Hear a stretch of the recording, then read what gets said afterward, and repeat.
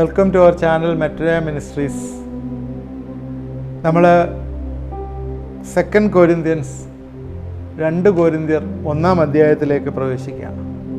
കഴിഞ്ഞ 2 എപ്പിസോഡിലായിട്ട് അതിൻ്റെ ഇൻട്രൊഡക്ഷൻ, അതിലുള്ള കണ്ടൻറ്റുകൾ ഞാൻ സംസാരിച്ചു. നിങ്ങളത് ശ്രദ്ധ വെച്ചു കേട്ടു എന്ന് ഞാൻ മനസ്സിലാക്കുന്നു.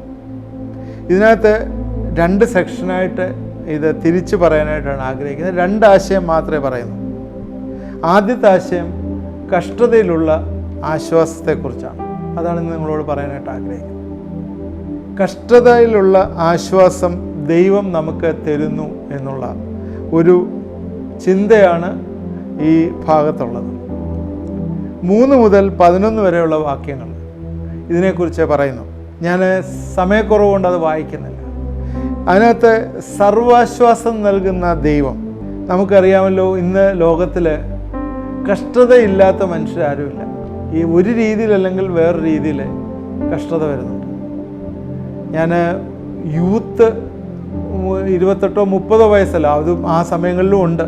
എന്നാൽ അതിനൊക്കെ ഉപരിയായിട്ട് ജീവിതത്തിലെ പരുക്കനായിട്ടുള്ള സാഹചര്യങ്ങൾ പ്രവർത്തിക്കുമ്പോൾ കഷ്ടത മനുഷ്യന് വരുന്നുണ്ട് എന്നുള്ളത് വലിയൊരു കാര്യമാണ്, ഒരു വലിയൊരു സത്യമാണ്. അതുകൊണ്ട് ഈ ഭാഗത്തെ ആശ്വാസം നൽകുന്ന ഒരു ദൈവത്തെക്കുറിച്ച് ഇവിടെ പറയാം.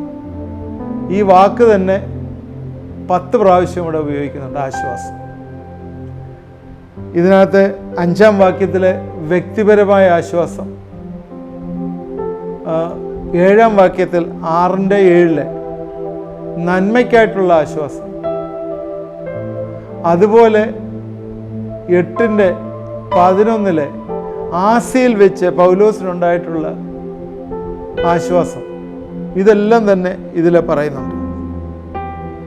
ഈ മനസ്സലിവുള്ള പിതാവ്, കരുണയുടെ ഉറവിടമായ പിതാവ് ആണ് നമുക്ക് ആശ്വാസം തരുന്നത്. പിശാച് വ്യാജത്തിൻ്റെ ഉറവിടം എന്ന് വെച്ചാൽ വ്യാജത്തിൻ്റെ പിതാവാണ് ആയിരിക്കുന്നത് പോലെ. വ്യാജം മുഴുവൻ പറയുന്നത് പിശാചാണ്. സകല ആളുകളെയും തിന്മയിലേക്ക് നടത്തുകയും ഡിസീറ്റിൽ നടത്തുകയും ഒക്കെ ചെയ്യുന്നത് പിശാചാണ്. എന്നാൽ ദൈവം സർവ്വാശ്വാസത്തിൻ്റെ ഉറവിടമാണ്, സർവ്വാശ്വാസം നൽകുന്ന ദൈവമാണ്. അവൻ നമുക്ക് എപ്പോഴും ആശ്വസിപ്പിക്കുന്നു എന്നുള്ള വാക്യം 3-ാം വാക്യത്തിൽ അത് പറയുന്നതിൽ, അതിനോട് ചേർന്ന് ദൈവം 4-ാം വാക്യത്തിൽ പറയുന്നത്, ദൈവം നമ്മളെ ആശ്വസിപ്പിക്കുന്ന എന്തിനാണ് എന്ന് ചോദിച്ചാൽ നമ്മൾ മറ്റുള്ളവരെ ആശ്വസിപ്പിക്കാനാണ്. നമ്മൾ മറ്റുള്ളവരെ ആശ്വസിപ്പിക്കണം എന്നുള്ളൊരു ചിന്തയാണ് ഇതിൽ നിന്ന് വരുന്നത്. ഇന്ന് സമൂഹത്തിൽ ഏറ്റവും കുറഞ്ഞിരിക്കുന്ന ഒരു കാര്യം വേറൊരാളിനെ കരുതുകയും ആശ്വസിപ്പിക്കുകയും ചെയ്യുന്നൊരു കാര്യം ഇന്ന് ഏറ്റവും കുറവാണ്. ക്രിസ്തീയ സമൂഹത്തിലും ഏറ്റവും കുറവാണ്. അതിൻ്റെ കാരണം എന്താണ്? മനുഷ്യരെല്ലാം തന്നെ സെൽഫിഷായിപ്പോയി, സ്വയം കാര്യം, തൻ കാര്യം നോക്കുന്നവരായിപ്പോയി എന്നുള്ളതാണ്. ഒരുപാട് വരങ്ങളെക്കുറിച്ചും ഒക്കെ നമ്മൾ 1 കൊരിന്ത്യർ അധ്യായങ്ങളിൽ 12-ാം അധ്യായത്തിലും 14-ാം അധ്യായത്തിലും ഒക്കെ പറഞ്ഞു. 1 കൊരിന്ത്യർ 12-28 മറ്റുള്ളവരെ സഹായിക്കുന്ന വരത്തെക്കുറിച്ച് പറയുന്നത്, സഹായവരം. ഇത് ആരും തന്നെ ഒന്നും ഉപയോഗിക്കുന്നില്ല, പ്രയോഗിക്കുന്നില്ല. കാരണം എന്താണ്? അതിനൊന്നും സമയമില്ല, നമുക്ക് അതിന് പൈസയൊന്നുമില്ല. ഇവിടെ പറയുന്ന ദൈവം ഞങ്ങളെ ആശ്വസിപ്പിക്കുന്ന ആശ്വാസം കൊണ്ട് ഞങ്ങൾ യാതൊരു കഷ്ടത്തിലുള്ളവരെ ആശ്വസിപ്പിക്കാൻ ശക്തരാകേണ്ടത് തന്നെ ഞങ്ങൾക്കുള്ള കഷ്ടത്തിലൊക്കെയും അവർ ഞങ്ങളെ ആശ്വസിപ്പിക്കുന്നു. പൗലോസിൻ്റെ വാക്കുകളാണ്. എന്താണ്? കർത്താവ് പൗലോസിനെ, അവരെ ആശ്വസിപ്പിക്കുന്നുണ്ട്, ഞങ്ങൾ മറ്റുള്ളവരെ ആശ്വസിപ്പിക്കുന്നു എന്നുള്ളത്. ഇതൊരു വലിയൊരു മെസ്സേജാണ് നമുക്ക് തരുന്നത്. ഞാൻ പറയുന്നത് പലപ്പോഴും ഈ സഭായോഗങ്ങളിലും മറ്റുള്ള യോഗങ്ങളിലുമൊക്കെ സാക്ഷ്യങ്ങൾ നിങ്ങൾ ആളുകൾ പറയുന്നത് ശ്രദ്ധിച്ചിട്ടുണ്ടാവും. ഈ സാക്ഷ്യത്തിലൊക്കെ എന്താ അവർ പറയുന്നത്? ദൈവം ഏത് രീതിയിൽ അവരെ വിടുവിച്ചു, ദൈവം അവരുടെ ജീവിതങ്ങളിൽ ഏത് രീതിയിൽ പ്രവർത്തിച്ചു, അവർക്ക് ഏത് രീതിയിൽ ആശ്വാസം കിട്ടി എന്നുള്ളതാണ്. എന്തിനാണ് പറയുന്നത്? മറ്റുള്ള കഷ്ടത്തിലുള്ളവരെ ആശ്വസിപ്പിക്കാൻ. കഷ്ടതയിലിരിക്കുന്നവർക്ക് ആ വാക്കുകൾ കേൾക്കുമ്പോൾ നമ്മുടെ ദൈവം നമ്മളെ സഹായിക്കും, നമ്മുടെ ദൈവം നമ്മളെ വിടുവിക്കും എന്നുള്ള കാര്യം അവരെ കൂടുതൽ ചിന്തിക്കാനും ഈ ദൈവത്തിൽ കൂടുതൽ ആശ്രയിക്കാനും ആണ്. അതുകൊണ്ട് ദൈവത്തെക്കുറിച്ച് പ്രധാനമായിട്ട് 3 കാര്യങ്ങൾ ഇവിടെ പറയുന്നുണ്ട് ഈ ഭാഗങ്ങളിൽ. ഒന്ന്, നമ്മുടെ കർത്താവായ യേശുക്രിസ്തുവിൻ്റെ പിതാവെന്ന് പറഞ്ഞ് മനുഷ്യനോടുള്ള നിസ്സീമ സ്നേഹത്തിൻ്റെ ദാനമായ യേശുക്രിസ്തു. ഇത് ജോൺ 3:16 പറയുന്ന കാര്യമാണത്. ജോൺ 3:16 പറയുന്നതാണ്. അതുപോലെ തന്നെ മനസ്സലിവുകളുടെ പിതാവ്, മനസ്സലിവുകളുടെ പിതാവ്. ഇതെല്ലാം 1-ാം അധ്യായത്തിലുള്ള ഭാഗങ്ങളാണ്. ഞാനത് വാക്യങ്ങൾ വായിക്കുന്നില്ല. നമ്മളോട് മനസ്സലിവ് കാണിക്കുന്ന പിതാവ് എന്നുവെച്ചാൽ നമ്മുടെ എല്ലാ കാര്യങ്ങളും, നമ്മുടെ മനസ്സിനെയോ പ്രാണനെയോ ശരീരത്തെയോ കാലത്തെയോ നിത്യതയോ സംബന്ധിച്ച സകലത്തിനും മനസ്സലിവ് കാണിക്കുന്ന ദൈവം. അത് കഴിഞ്ഞിട്ട് സകല ആശ്വാസത്തിൻ്റെയും പിതാവ്. അവൻ നമ്മളെ ആശ്വസിപ്പിക്കും. അതുപോലെ തന്നെ ഈ കഷ്ടതയിലുള്ളവരെയും നമ്മൾ ആശ്വസിപ്പിക്കാനായിട്ട് വിളിക്കപ്പെട്ടിരിക്കുന്നു എന്ന് നമ്മളെ മറന്നുപോയി. ഈ കഷ്ടത എന്ന് പറയുമ്പോൾ ഇതിന് ഒരുപാട് മീനിങ്ങുകളുണ്ട്. കഷ്ടത പൗലോസ് ഈ ലേഖനത്തിൽ ഒരുപാട് പ്രാവശ്യം പറയുന്നുണ്ട്. നേരത്തെ ഞാൻ സൂചിപ്പിച്ചു, എല്ലാ വിശ്വാസികളും കഷ്ടതയുണ്ട്. എന്നാൽ ഈ കഷ്ടത പലപ്പോഴും താൽക്കാലികമായിരിക്കും. ഇതൊന്നും തന്നെ ഈ ശരീരത്തിലും മനസ്സിലും ഒക്കെ വരുന്ന കാര്യങ്ങളാണ് ഈ കഷ്ടത. നമ്മുടെ ആത്മാവ് ദൈവസന്നിധിയിൽ വിശുദ്ധവും ദൈവം വീണ്ടെടുത്തതുമാണ്. എന്നാൽ ഈ കഷ്ടത വരുമ്പോൾ ഒരു കാര്യം നമ്മൾ പ്രത്യേകം ശ്രദ്ധിക്കുക. ഈ കഷ്ടത വരുമ്പോൾ, ഞാൻ ഈ പറയുന്ന ഏറ്റവും പ്രധാനപ്പെട്ട പോയിന്റാണ്, നിങ്ങൾ ശ്രദ്ധിക്കുക.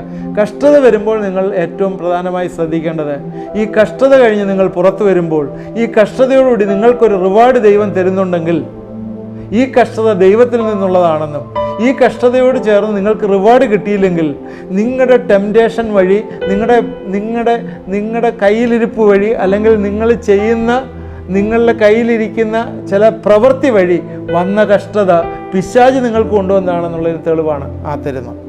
അതുകൊണ്ട് ഈ കഷ്ടതയിൽ നമ്മൾ പ്രശംസിക്കണം. അതിനാണെന്ന് ചോദിച്ചാൽ ദൈവം അതിന് പുറകിലെ നമുക്ക് വലിയൊരു റിവാർഡ് തരുന്നു എന്നുള്ളതാണ്. Without cross there is no crown. If there is a cross there is a crown. അതുകൊണ്ട് നിങ്ങൾ എപ്പോഴും ഓർക്കുക, ഈ കഷ്ടത വിശ്വാസിയെ സംബന്ധിച്ചിടത്തോളം അവൻ്റെ ദർശനത്തെ മാറ്റുന്ന ഒന്നാണ് കഷ്ടത. അവൻ്റെ ദർശനം വേറൊരു ലെവലിലേക്ക് മാറ്റുന്നതാണ്. അതുകൊണ്ട് കഷ്ടങ്ങൾ അവരെ സഹായിക്കേണ്ട ഉത്തരവാദിത്വം നമുക്കുണ്ട് നമ്മൾ മനസ്സിലാക്കുക. ഈ കഷ്ടത നമ്മളെ എങ്ങോട്ടേക്കാണ് നടത്തുന്നത്? ഈ കഷ്ടത നമ്മളെ സിദ്ധതയിലേക്കും സിദ്ധത നമ്മളെ പ്രത്യാശയിലേക്കും നടത്തുകയാണ്. ഈ സിദ്ധത എന്ന് പറഞ്ഞാൽ ക്യാരക്ടറാണ്, കർത്താവിൻ്റെ ക്യാരക്ടറാണ്. റോമർ 5-ാം അധ്യായത്തിൻ്റെ 3-4 വാക്യങ്ങളിൽ അത് തന്നെയല്ല കഷ്ടത സഹിഷ്ണുതയും, സഹിഷ്ണുത സിദ്ധതയും, സിദ്ധത പ്രത്യാശ ഉളവാക്കുന്നുവെന്നറിഞ്ഞ് നാം കഷ്ടങ്ങളിലും പ്രശംസിക്കുന്നു, പ്രത്യാശയ്ക്കോ ഭംഗം വരുന്നില്ല. അപ്പോഴിത് നമ്മളെ പ്രത്യാശയിലേക്ക് നടത്തുകയാണ്. 2 കൊരിന്ത്യർ 1-ാം അധ്യായത്തിൻ്റെ 7-ാം വാക്യത്തിൽ നിങ്ങൾ കഷ്ടങ്ങൾ കൂട്ടാളികളാവുന്ന പോലെ ആശ്വാസത്തിനും കൂട്ടാളികൾ എന്നറിയാൽ നിങ്ങൾക്ക് വേണ്ടി ഞങ്ങളുടെ പ്രത്യാശ ഉറപ്പുള്ളത് തന്നെ. ഇവിടെ നോക്കിയ പ്രത്യാശയിലേക്ക് നടത്തുന്ന ആശ്വാസവും, കഷ്ടതയും ആശ്വാസവും പ്രത്യാശയിലേക്ക് നടത്തുന്ന ഒരു കാര്യമാണ് ഇവിടെ പറയുന്നത്. നമ്മളെ പ്രത്യാശയിലേക്ക് നടത്തുന്ന ഒന്നാണ് ഈ കഷ്ടത. നേരത്തെ പറഞ്ഞു റോമർക്കെഴുതിയ ലേഖനം 5-ാം അധ്യായത്തിൽ അത് ദൈവത്തിൻ്റെ ക്യാരക്ടർ നമ്മളിലേക്ക് തരുന്നതാണ്. ഈ കഷ്ടത വന്നിട്ട് അതിൻ്റെ പുറകിൽ ഒരു റിവാർഡ് വരികയാണ്. സ്പിരിച്വൽ വേൾഡിൻ്റെ റിവാർഡിനൊക്കെ ഉപരിയായിട്ട് അതിന് പറയുന്ന ഒരു അതോറിറ്റി വരികയാണ്. നമ്മൾ ദൈവം അനുവദിക്കുകയാണെങ്കിൽ അടുത്ത സീരീസ് എപ്പിസോഡിൽ ഇതിനെക്കുറിച്ച് സംസാരിക്കും. അതോറിറ്റി നമുക്ക് വരികയാണ്. ഈ അതോറിറ്റി തരുന്നത് എങ്ങനെയാണ്? കഷ്ടങ്ങൾ കൂടി കടന്നു പോകുമ്പോൾ ആണ് അതോറിറ്റി തരുന്നത്. ഞാൻ കഷ്ടത്തിൽ കൂടി കടന്നുപോയി. ആരാ? പൗലോസ്. അതുകൊണ്ട് ഞാൻ കഷ്ടത്തിലുള്ളവരെ ആശ്വസിപ്പിക്കുന്നു. നിങ്ങളും കഷ്ടത്തിൽ കൂടി കടന്നു പോകുമ്പോൾ ഇതേ ചിന്തയായിരിക്കണം എന്നുള്ളതാണ് പറയുന്നത്. അപ്പോഴേ ഞാൻ ഇവിടെ ക്രോഡീകരിക്കുകയാണ് എൻ്റെ വാക്ക്. ഞാൻ ഒരേ ഒരു കാര്യമാണെന്ന് പറഞ്ഞാൽ, നമ്മളെ ആശ്വസിപ്പിക്കുന്ന ദൈവം. ഏത് കഷ്ടത വന്നാലും അവിടെ നമ്മളെ ആശ്വസിപ്പിക്കുന്ന ദൈവം. ഈ കഷ്ടതയോടുകൂടി ദൈവം നീക്കുപോക്കുണ്ട്. നമുക്ക് ചില കഷ്ടങ്ങൾ കൂടി കടന്നു പോകുന്ന ഒരു ബാലശിക്ഷ പോലെ ആണെങ്കിൽ അതിന് പുറകിൽ ഒരു റിവാർഡുണ്ട്. അതുകൊണ്ട് എൻ്റെ പ്രിയപ്പെട്ടവരെ, എന്നെ കേൾക്കുന്നവരെ, ഈ കഷ്ടത നിങ്ങൾക്ക് വന്നിരിക്കുന്നെങ്കിൽ 2 കാര്യമാണ്. ഒന്നുകിൽ നിങ്ങളുടെ തീരുമാനം, തെറ്റായിട്ടുള്ള തീരുമാനത്തിൽ പോയി പിശാചിൻ്റെ കെണിയിലകപ്പെട്ടുള്ള കഷ്ടത. 2, കഷ്ടത വന്നിരിക്കുന്നെങ്കിൽ നിങ്ങളെ ദൈവം ഒരു ലെവൽ ഉയർത്താനായിട്ട്, ആ കഷ്ടത്തിന് ശേഷം റിവാർഡ് തന്ന് ഒരു ലെവൽ ഉയർത്താനായിട്ട്.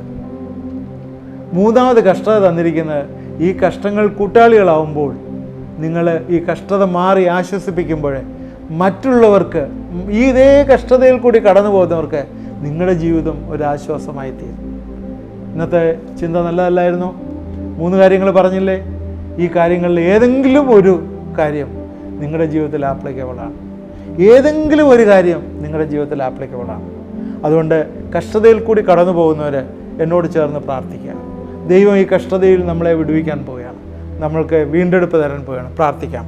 ദൈവമായ കർത്താവേ, ഞങ്ങളുടെ പ്രിയപ്പെട്ടവരെ ഏൽപ്പിക്കുന്നു. ദൈവമേ, പലരും പലതരമായിട്ടുള്ള കഷ്ടത, രോഗം, പ്രയാസം, ഫൈനാൻഷ്യൽ ക്രൈസിസ്, ഇതിൽ കൂടിയൊക്കെ കടന്നു പോകുന്നവരാണ്. ഈ ദിവസം കർത്താവിൻ്റെ വിടുതലും ശക്തിയും അവരുടെ ജീവിതങ്ങളിൽ വന്നു ചേരട്ടെ എന്ന് പ്രാർത്ഥിക്കുന്നു. എന്നോട് ചേർന്ന് പ്രാർത്ഥിക്കുന്നവരെ കർത്താവേ, നിൻ്റെ മഹത്വം അവിടെ മേലെ വരട്ടെ എന്ന് പ്രാർത്ഥിക്കുന്നു. ഏതെങ്കിലും രീതിയിൽ പിശാചിൻ്റെ കെട്ടിലാണെങ്കിൽ യേശുവിൻ്റെ നാമത്തിലെ ഭത്സിച്ച് പ്രാർത്ഥിക്കുന്നു, അതിൽ നിന്നൊരു വിടുതൽ വന്നു ചേരട്ടെ എന്ന് പ്രാർത്ഥിക്കുന്നു. യേശുവിൻ്റെ ശക്തി, അവൻ്റെ പരിശുദ്ധാത്മാവിൻ്റെ ശക്തി അവിടെ മേലെ വ്യാപരിക്കട്ടെ എന്ന് പ്രാർത്ഥിക്കുന്നു. ദൈവമേ, കഷ്ടതയുടെ പുറകിൽ ഒരു ക്രൗണുണ്ട്. ആ ക്രൗണ് അവർക്ക് കൊടുക്കും, ആ കിരീടം അവർക്ക് കൊടുക്കും, ആ അധികാരം അവർക്ക് കൊടുക്കും, ആ മഹത്വം അവർക്ക് കൊടുക്കും. അതോർത്ത് സ്തോത്രം. ദൈവമേ, രോഗികളായിരിക്കുന്നവരെ പ്രത്യേകം ഏൽപ്പിച്ച് പ്രാർത്ഥിക്കുന്നു. പലതരമായിട്ടുള്ള അസുഖങ്ങൾ, കിഡ്നിയുടെ പ്രശ്നങ്ങൾ കൂടി പോകുന്നവരെ, ഹൃദയത്തിൻ്റെ പ്രശ്നങ്ങൾ കൂടി പോകുന്നവരെ, അതുപോലെ ആർത്രൈസിൻ്റെ പ്രശ്നങ്ങൾ കൂടി പോകുന്നവരെ, ഇവരെല്ലാം വിടുവിക്കുന്ന ദൈവം നീ ആയിരിക്കുന്നു. സ്തോത്രം. തൈറോയിഡ് വന്നിട്ട് ശരീരത്തിൻ്റെ തടിയൊക്കെ വെച്ച് വൃത്തികേടായിരിക്കുന്ന ചില ആളുകൾ, യേശുവിൻ്റെ നാമത്തിൽ നിങ്ങൾക്കിന്ന് വലിയൊരു വിടുതൽ വരുന്നു. ഇന്ന് വലിയൊരു വിടുതൽ ദൈവം നിങ്ങൾക്ക് അയക്കും. സ്തോത്രം. എന്നോട് ചേർന്ന് പ്രാർത്ഥിച്ചവരെ ദൈവം അനുഗ്രഹിക്കുന്നോർത്ത് സ്തോത്രം. പ്രാർത്ഥന കേട്ടോർത്ത് സ്തോത്രം. യേശു ക്രിസ്തുവിൻ്റെ നാമത്തിൽ പ്രാർത്ഥിക്കുന്നു, കേൾക്കുമാറാണമേ. ആമേൻ. ഇത് എങ്ങനെ പ്രയോജനപ്പെട്ടു എന്ന് നിങ്ങൾ ദയവായിട്ട് ആ കമൻറ്റ് ബോക്സിൽ ഒന്ന് കമൻറ്റ് ചെയ്താൽ നല്ലതായിരിക്കും. ഏതെങ്കിലും കാര്യങ്ങളെക്കുറിച്ച് സംശയം ഉണ്ടെങ്കിൽ നിങ്ങൾ ചോദിക്കാം. നിങ്ങളുടെ പ്രെയർ റിക്വസ്റ്റുകൾ ആ വാട്സാപ്പ് നമ്പറിൽ അയച്ചു തരാം. ആദ്യമായിട്ട് കാണുന്നവർ സബ്സ്ക്രൈബ് ചെയ്യുക. ഈ മുമ്പേ ഉള്ള പരമ്പരകളെ, അതുപോലെയുള്ള മുമ്പേ ഉള്ള എപ്പിസോഡ് കാണണമെങ്കിൽ നിങ്ങൾ ആ സബ്സ്ക്രൈബ് ചെയ്തിട്ട് ആ വീഡിയോ സെർച്ച് ചെയ്താൽ കഴിഞ്ഞ 700 എപ്പിസോഡോളം ഉണ്ട്. അത് നിങ്ങൾക്ക് ആവശ്യമുള്ള കാര്യങ്ങൾ ക്ലിക്ക് ചെയ്താൽ നിങ്ങൾക്കത് കിട്ടുന്നതാണ്. ഈ രാത്രിയിലും ദൈവം നമ്മളെ അനുഗ്രഹിക്കട്ടെ. ആമേൻ.